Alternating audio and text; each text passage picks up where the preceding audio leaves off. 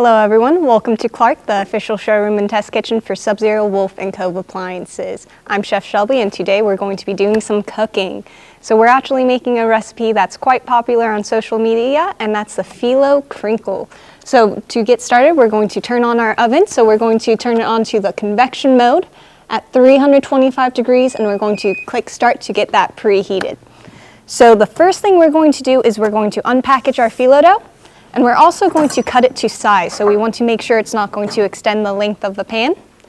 So we're going to go ahead and give that a quick little chop.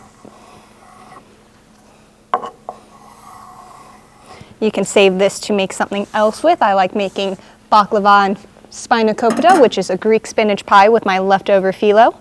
And then while grabbing 2 sheets at a time, you're just going to start, doesn't have to be super pretty, but just crinkling it up. So you're not trying to roll it and get a kind of log going. You want to just kind of keep on folding it back and forth over itself and then start adding that to your dish.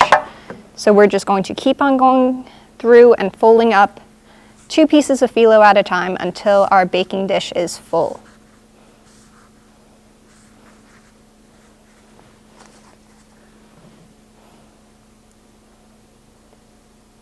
Here we go. So you want to make sure your phyllo dough is completely thawed before you start doing this, because if not, it will be cracking the entire time. And just a couple more pieces and then we're done. And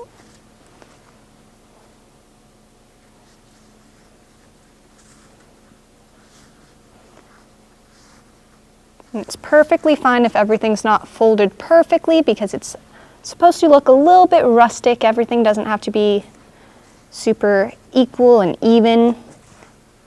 And the more kind of rough edges you have, the crispier it will be.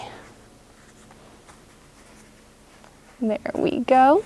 So I just want to give them a little space in between, make sure they're sitting and not just kind of caked to the bottom. So we're going to go ahead and put this into our oven. And we're going to let that cook for about 10 minutes. So we're going to go ahead and set our 10-minute timer. There we go. So I'm going to go ahead and move this excess phyllo dough off my board. And then we're going to get started on the custard filling. I'm also going to start melting 1 stick of butter. So this stick of butter will be poured over the phyllo dough before we add the custard. So we just want that on low, get that melting. So to make our custard, we're going to start with 2 eggs. So we're just going to quickly crack those.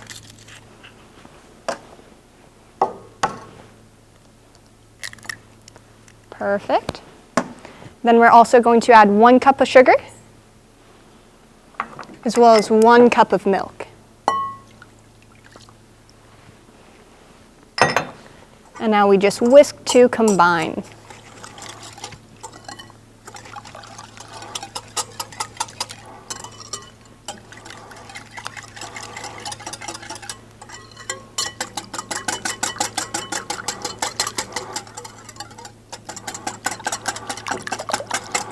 There is our timer for our phyllo dough. So we'll go ahead and pull out our phyllo dough. And we're just going to quickly pour on this stick of butter.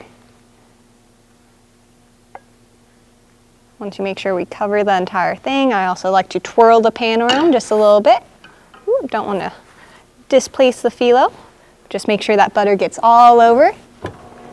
And then right back into our oven for another 10 minutes. There's our timer, so we're going to go ahead and pull out our phyllo dough that's all baked in butter.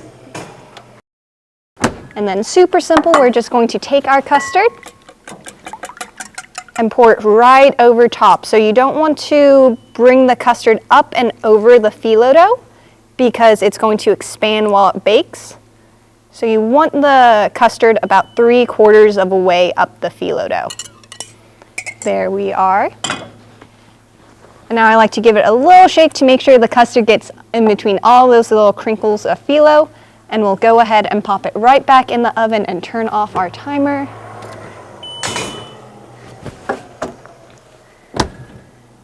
So now all this needs is another 15 minutes. And there's our timer.